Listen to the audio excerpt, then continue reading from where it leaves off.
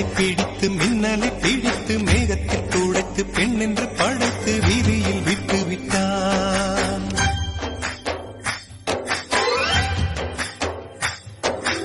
இப்படி இன்னொரு பெண்மையை படைக்க தன்னிடம் கற்பனை தீர்ந்ததை எண்ணித்தான் பிரம்மனும் மூர்ச்சையுற்றான்.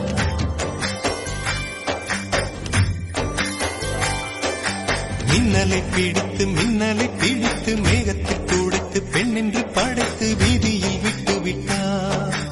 இப்படி இன்னொரு பெண்மையை படைக்க தன்னிடம் கற்பனை தீர்ந்ததை எண்ணித்தான் பிரம்மனும் மூச்சையுற்றார்.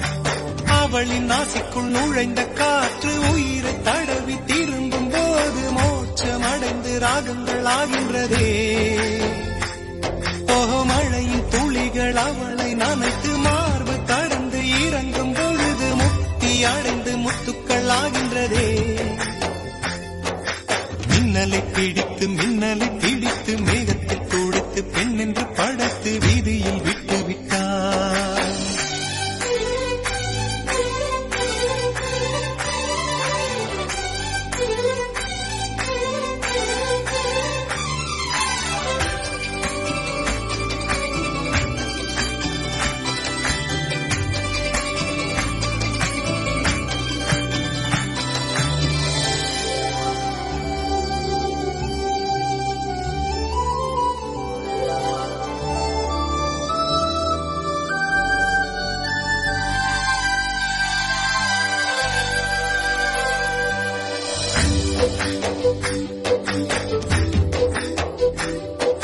நிலவின் ஒளியை பிடித்து பிடித்து பாலில் நனைத்து கன்னங்கள் செய்து விட்டார்.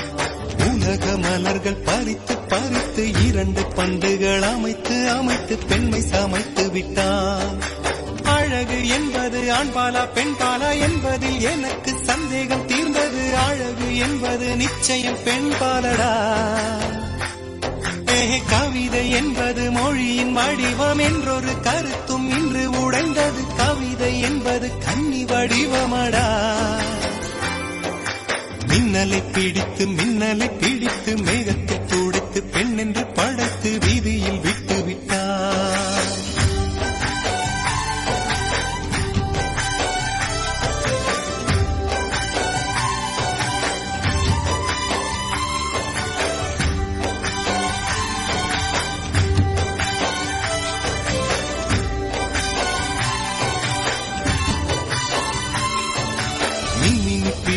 மின்மினி பிடித்து கண்களில் பதித்து கண்மணி கண் பறித்தாள்.